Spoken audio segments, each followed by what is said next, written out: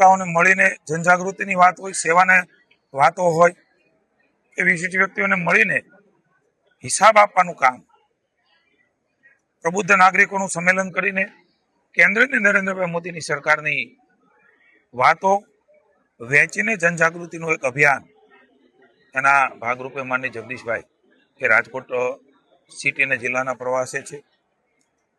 વિશિષ્ટ લોકોને મળીને, વિશિષ્ટ ઇન્ડસ્ટ્રીના લોકોને પણ મુલાકાત લઈને જગદીશભાઈ આજે ગોંડલ BAPS અક્ષર ડેરી મંદિર ખાતે પ્રાકૃતિક કૃષિ કાર્યશાળા, ખેડૂતોની સાથે પ્રાકૃતિક મિશન, માની મોદી સાહેબે જે પ્રકારે દેશને ઢંઢોળી, ખેડૂતોને ઢંઢાળી અને ખેતી બચાવો જમીન બચાવો એ અભિયાન ઉપાડ્યું છે, ત્યારે માની અમિતભાઈએ પ્રાકૃતિક ખેતી એનું સર્ટિફિકેશન, એનું કામ એ માની મોદી સાહેબના નેતૃત્વમાં અમિતભાઈ સુપેરે કરી રહ્યા છે.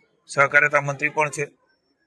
પ્રાકૃતિક ખેતીની ચીજો, એ જણસો, એની ખેત પેદાશો, એના બજાર મળે, એના માટે ભૂપેન્દ્રભાઈના નેતૃત્વમાં રાજ્યની સરકાર, અમારો વિભાગ કામ કરી રહ્યો છે.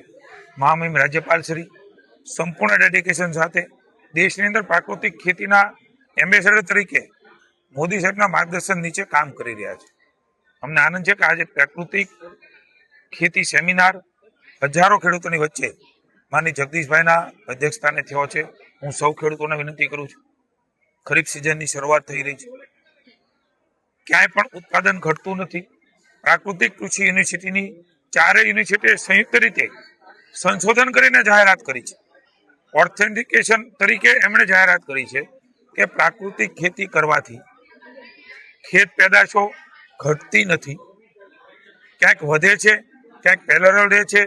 એને માર્કેટિંગનું કામ છે સરકાર કરી છે. ત્યારે સાથે મળીને 8 લાખ ખેડૂતો આજે જોડાણા છે અત્યાર સુધીમાં.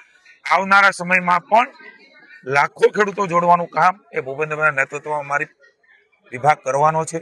મારી વિનંતી છે ખેડૂતોને, બંજર થતી જમીન અને ઝેર જે પેદા કરીને આપણા પેટમાં, સમાજના પેટમાં જઈ રહ્યું છે, તંદુરસ્તી બગડી રહી છે, અનેક રોગનો ભોગ કેન્સર સહિતના લગભગ ઘરે થઈ રહ્યો છે, બીપી, શુગર, આ બધા જ પ્રશ્નો લગભગ ઘરે પહોંચ્યા છે. એમાં ખાદ્ય ખોરાક મહત્વનો છે. ત્યારે અત્યારે જાગીએ, અત્યારથી જાગીએ. આપણા ખેતરમાં 2 વીઘા, 5 વીઘા, 10 વીઘા એ પ્રયોગ કરીએ અને સફળતા પછી ધીરે ધીરે કરીને સંપૂર્ણપણે આપણે પ્રાકૃતિક વળીને નવી પેઢી, નવી નસલ એમને બચાવવાનું કામ સાથે મળીને કરીએ.